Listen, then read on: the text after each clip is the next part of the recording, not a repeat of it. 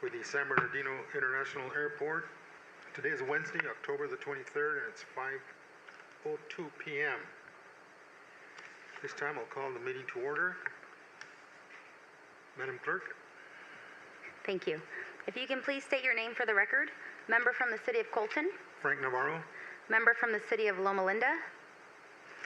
Member from the County of San Bernardino 3rd District. Dawn Rao. Member from the City of Highland. Thank you so much, sir. And members from the City of San Bernardino. Helen Tran. Theodore Sanchez. Thank you. And I'd like to note for the record that Mayor Pro Tem Larry McCallum as well as Mayor Pro Tem Fred Schredt are also in the audience. Thank you.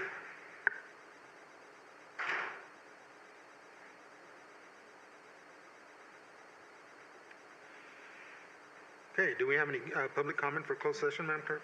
No, sir, we do not. Okay, legal counsel, would you please read us into closed session? Yes, Mr. Mayor, we have 3 items in closed session. The first is conference with real property negotiator pursuant to Government Code Section 54956.8 in the properties 105 North Leland Norton Way. And the second and third item are both pending litigation pursuant to Government Code 54956.9 subsection A. The Commission will meet with the Chief Executive Officer and General Counsel related to 2 matters. The first is Franco versus San Bernardino International Airport, and the second is Lee versus San Bernardino International Airport, and the cases are cited in the agenda. Thank you very much. We will now recess to closed session and reconvene shortly. Thank you. For the record, Mr. Rigsby. Okay, we'll reconvene our meeting. Then, Madam Clerk, would you do the honors, please? Oh, we already did roll call, I'm sorry. We did, sir. All right, let's have one of our staff members lead us in the pledge. Jonathan?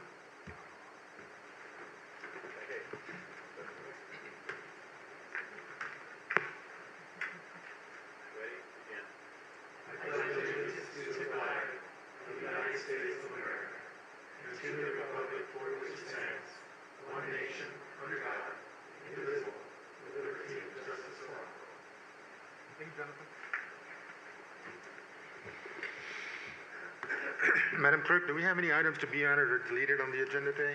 No, sir, we do not. Thank you. Mr. Mayor, if I might, we do need to report out. I'm sorry, that's okay. Let's go and report out of closed session. Just for the record, there were no reportable action taken in closed session and direction was given. Thank you. Okay. Moving on to item F, conflict of interest disclosure. Anybody having conflicts to disclose? Seeing none and hearing none. Item G, informational items. Mr. Burrows.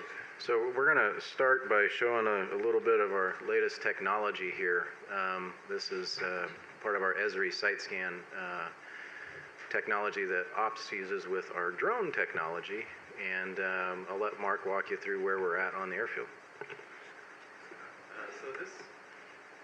This location is immediately east of the UPS hangar. So if you look where it's at right now, that is a vacant field. You see that big gray line that goes up and down. And what we're able to show you with this product is a capital project that was funded by the FAA that Mr. Barrow was in charge of. Ended up being a very successful project, but with this technology, it is flown by the drones that Mr. Galvan's team makes sure have the latest technology and the latest skills to do it. As Jillian slides this to the west, you can see the new road as it was constructed in the airfield. And she goes back, if you didn't see that, you'll see what it looked like before. And as she moves to the west, you can see the new road that is now in place and used by really everyone on the airfield. Makes Mr. Galvan happy because it keeps people out of the TSA secure areas of the airfield, keeps everyone safe and really out of trouble, and makes a much more efficient route from vehicles and equipment moving from one side of the airport to the other. So this was about a $1.7 million grant, correct me if I'm wrong, Mr. Barrow, and you can see it in real time with the drone technology from the UAS Center and flown by our operations team. So pretty cool product.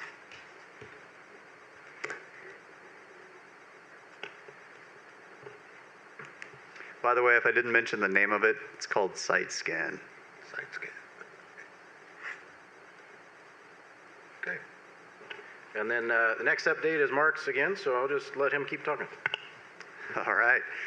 So this past weekend, for those of you that weren't able to attend, we had a great free community event, and we like to do these. You know, we like to mark the milestones that are significant in the airport, and this event marked our second year of successful passenger service at SPD with Breeze Airways. If you could go back to the previous slide. So this was again, it was a free event, and it allowed everyone who maybe hadn't experienced SPD to park at our convenient parking lot for $5 across the street, walk through the terminal, down the jet bridge, and enter into the concert venue. So we brought in some pretty talented individuals down there on the left. That was the main artist. Her name is, she goes by Bishop Briggs. And up on the top left and center, that was the opening band called Dead Poet Society.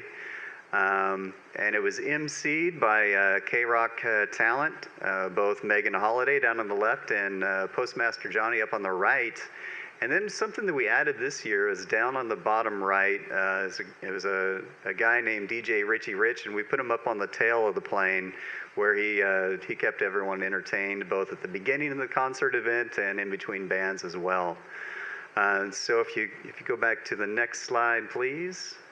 So one of the additions this year was the giant screen you can see fading into the site there. It was about 40 feet wide, 30 feet high. A lot of great graphics to help keep people entertained, as well as live video of the bands. We had about 5,000 people all in that registered for the event. Even though it was free, we still required that they register for the event. And we had 30 sponsors, about $130,000, well actually $130,000 in sponsorships, a little bit more of in-kind donations to the events. We had strong support from the surrounding business community to help get their names out there and be part of this very successful event. It was exciting to see some of the commissioners there. I know Penny was there. I didn't get to say hi, unfortunately. Sorry about that, Penny. But it was a lot of fun. And then the next item is also Mark's. We'll get it queued up here. It's got a lot more stuff going on in there. So this is our overall planning document for the airport that we share with the FAA. All those tables that you can't see the text on really describe all the different surfaces and data information about the airspace, about the airport, all of the particulars, as well as identify all the existing buildings and all of the future buildings. So this is a document that the FAA requires in order to receive grant funding. We update it on a regular basis. The last time this was updated was in 2020, and this is the latest version of it that was just approved by the FAA. So these were just minor changes, nothing big, nothing too much to brag about, I suppose. I think the only thing that is of note is, it added things like that we have recently constructed since the last time it was improved, like the new fuel tank that was added to this diagram, minor things like that were constructed. I say minor because it's just a dot on the size of this entire map. Airport's a pretty big place. But we wanted to share it with you just to let you know that from a planning perspective, the airport continues to make strides and move forward.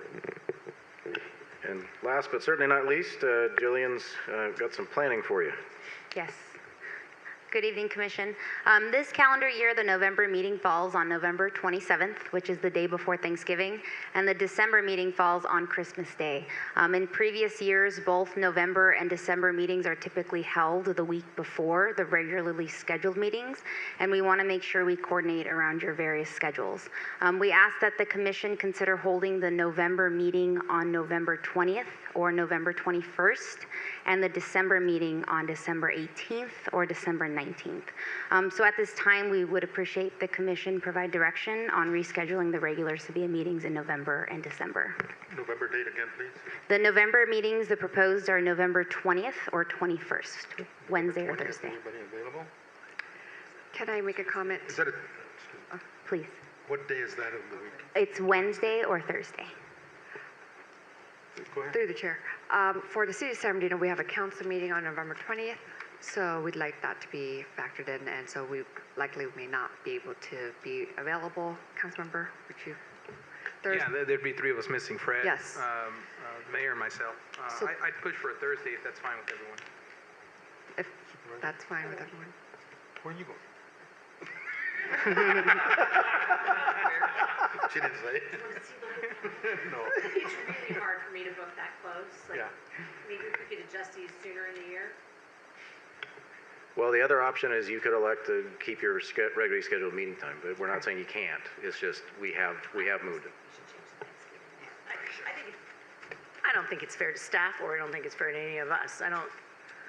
I've been asking for that to be changed for a long time. So my request would be to revisit this earlier in the year.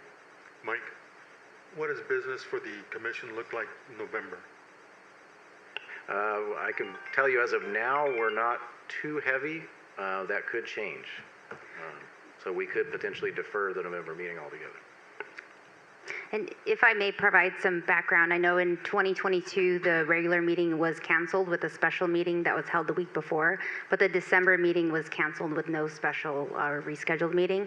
And in 2023, the November meeting was canceled outright. The December meeting was scheduled as a special meeting.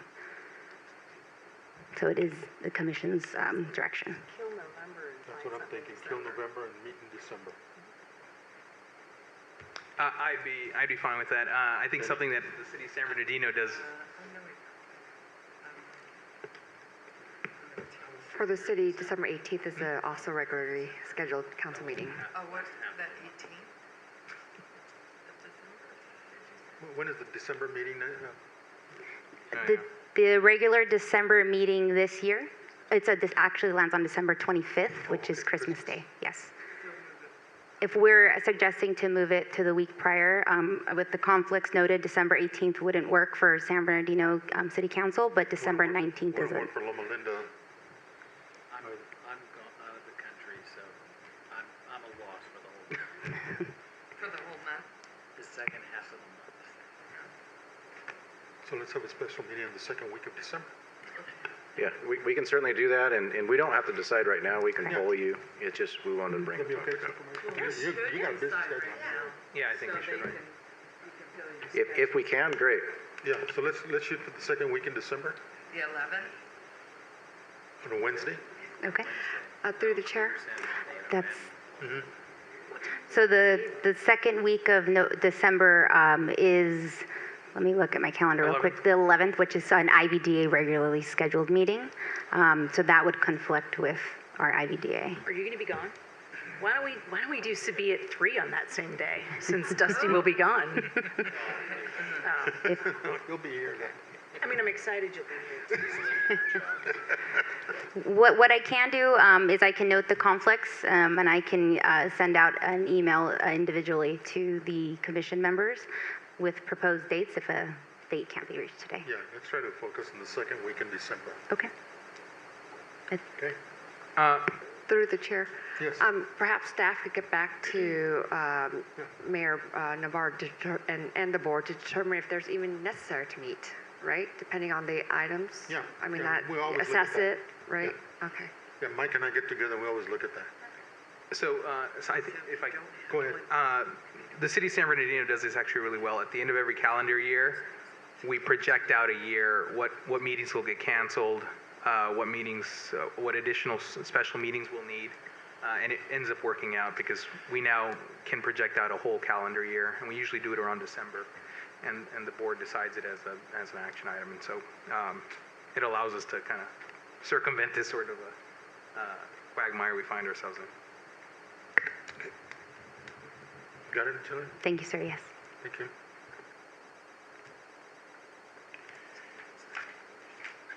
She's gonna check on the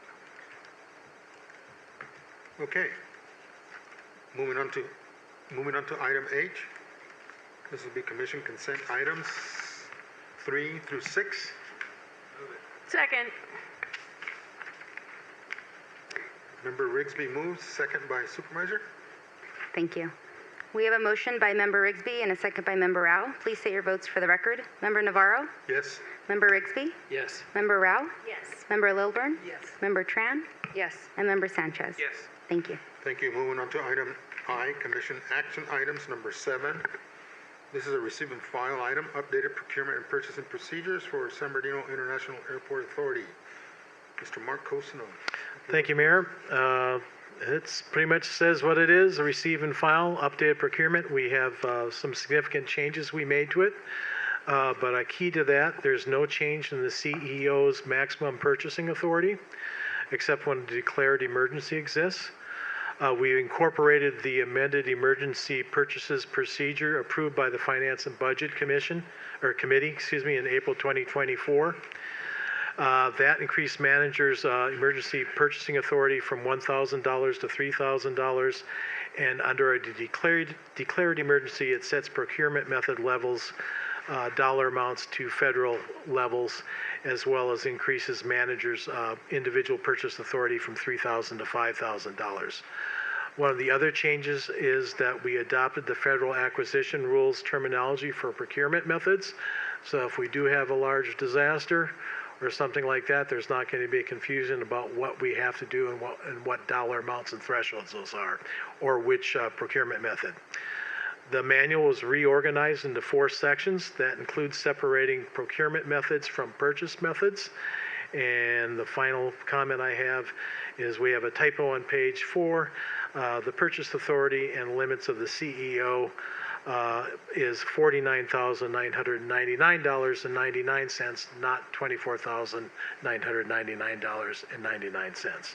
And that concludes my report. I'd be happy to answer any questions. Questions from commissioners? Seeing none, let's move on to item number 8. Approve an amended and restated lease agreement with Thunder International Group, Inc. Mr. Good evening. Mr. Darrell, please. Good evening. For commission approval, it's the form of an amended and restated lease agreement with Thunder International Incorporated for building number 56, summarized on July 28th, 2023. SBIAA Commission approved a lease agreement with Thunder International Group, aka Thunder, affecting approximately 35,508 square feet of interior space within the former Norton Air Force Base, building number 56, located at 114 South Del Rosa Drive. Thereafter, on December 21st, 2023, the Commission approved Amendment Number 1, which added Suite B, consisting of approximately 29,239 square feet, to the demised premises. Under this proposed lease, the company would expand into the adjacent Suite C, comprised of an additional 30,451 square feet of space for a total of 95,158 square feet, which, by the way, is the entire building. Staff recommends approval of an amended and restated lease agreement with Thunder for building number 56 and authorize the Chief Executive Officer to execute all documents subject to technical and conforming changes as approved by legal counsel. Fiscal impact, none, as this estimated revenue is already budgeted for this fiscal year. A little bit of background information. Thunder is a California corporation that specializes in ocean, ground, and air freight forwarding operations. The company was founded in Los Angeles in 2020 and has grown into an international cross-border logistics company that integrates domestic warehousing and shipment, global express, and small parcel inbound and outbound. Services include first-line transportation, customs clearance, warehousing, and terminal dispatch capabilities. Thunder employs approximately 140 employees and operates over 6 locations across the U.S. The proposed terms of this lease are as follows.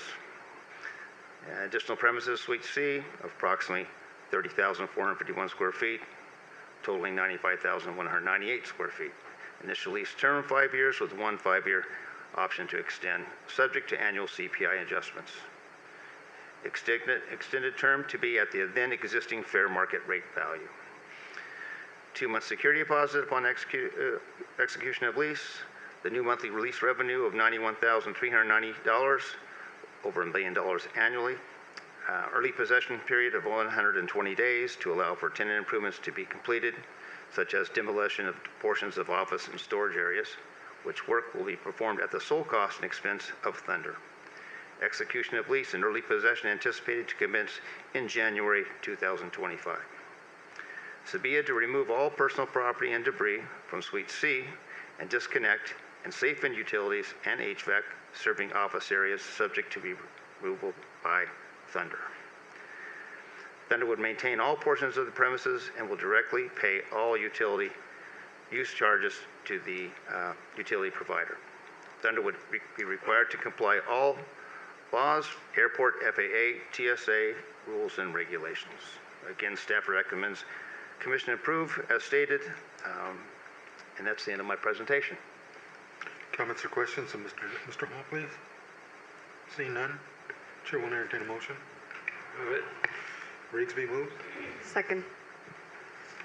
Tran? Thank you, sir. We have a motion by Member Rigsby and a second by Member Tran. Please state your votes for the record. Member Navarro? Yes. Member Rigsby? Yes. Member Rao? Yes. Member Lilburn? Yes.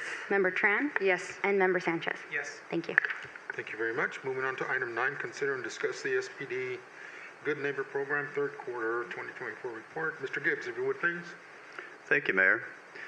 Each quarter we bring this before the board and report out to the commission, the FAA, in the community, let people know what's happening at their local airport, as well as express any concerns they have. I think it's important to note that there's a lot of great tools available through the SPD Good Neighbor site to help people understand why airplanes fly where they do. With us here again today is Ms. Rosemary Barnes to walk us with Aviatrix Communications to walk us through this quarter's report. Thank you, Mark. Mayor Navarro, Commissioners, Mike and Mark, thanks for having me back to report out on the Good Neighbor Program quarterly report for Q3. Let's see. Let's briefly look at some of the outreach activities for the quarter. We published the summer edition of Good Neighbor News, sharing both the newsletter and then individual articles, as well as promoting subscriptions. We continued to promote the awesome service that Breeze Airways is providing to the community with their low fares, as well as the airport's easy access, affordable parking and traveler amenities. Notably, we notified the community about the ongoing activation of the San Bernardino Air Tanker Base and the role that the airport and partners played, particularly in response to the line fire in Highland and adjacent areas. And of course, we promoted the Cruising at Altitude concert, and it was so great to hear the great outcome of that incredible event for the community. Okay, let's get into the numbers. For July, we had 43 noise comments filed by 11 households. In August, we had 51 noise comments filed by 10 households. And interestingly, in September, we had 14 noise comments filed by 6 households. And I point that out because the numbers in September were significantly lower than the previous 2 months. And this despite the line fire aerial response beginning the first week of September. Let's get into the totals and trends. Year over year, there was a decrease in both the number of noise comments received as well as the number of households filing comments. And this was despite ongoing aircraft operations. And this decrease can be attributed to the airport, the media, and the government agencies' outreach regarding the wildfires burning in the region and the related aerial response. Moving on to this overall numbers for the quarter, there were 108 noise comments received from 21 distinct households. 70% of these comments were received from 9 households in Highland, and 18% were filed by 2 households in San Bernardino. For the quarter, top 5 commenters, 82% of overall comments came from 5 households in Highland, San Bernardino, and Riverside. Here is the year-over-year data for the third quarter. We had comments decreasing by 5%, and we had 9 fewer households filing comments. Here is the how the neighbors shared their commentary, both by aircraft category, type of concern, as well as filing method. Jet activity was the most prevalent report received. And then we continue to see the trend of reports of drone activity. As far as the type of concern, flying over homes, as well as the perception of low-flying aircraft were the most prevalent. And for this quarter, it was evenly divided for comments received both online as well as the noise comment hotline. Here is that same information in table format, both the type of concerns received as well as the type of aircraft reported, and the feedback we received on whether or not neighbors wanted a response to their comment from the airport, with 95% either not specifying or responding no. Here's the heat map showing the majority of comments coming from neighbors located 5 to 10 miles from SBD. And to summarize the report, quarter over quarter, there were 38 more comments from 9 more households. However, year over year, there were 6 fewer comments received from 9 fewer households.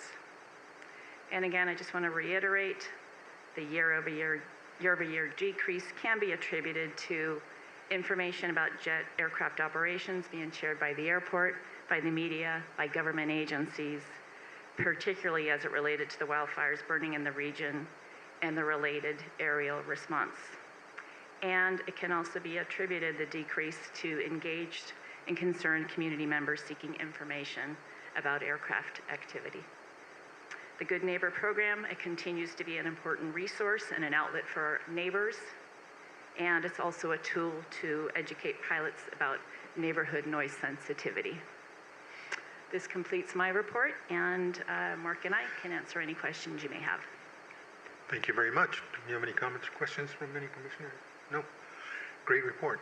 I am happy to see that Colton was not in any one of those reports. Thank you. Thank you. Madam Clerk, do we have any added or deferred items? No, sir, we do not. We just have the status of the action plan left for the agenda. Okay, open session public comment? No public comment, sir. Thank you. Okay, then we have the status of the action plan. Thanks to the Finance and Budget Committee for your time earlier today. International trade, that Thunder lease that you all just supported is the activity that we're working on right now. Two things that Thunder is processing at this point. Activation of the foreign trade zone benefits, that's an IVDA benefit, and then that last suite that got added to the space, they're interested in pursuing a container freight station that actually would come under the FTZ designation as well. So we're happy to get moving on that, and that's in part the lead time to get it approved now so that they'd be ready for January. So thanks for your support on that. That concludes our report. Thank you. Commission member comments? I don't see none. Mr. Chair, to your left. I just wanted to thank staff for the beautiful event they had, the Cruising at Altitude second annual event. It was spectacular. All the staff was out there. Everyone had big smiles. There were a lot of people. This is the sort of event that really puts this airport on the map for the people who live and work here. Well done. Yes, thank you. Very well done.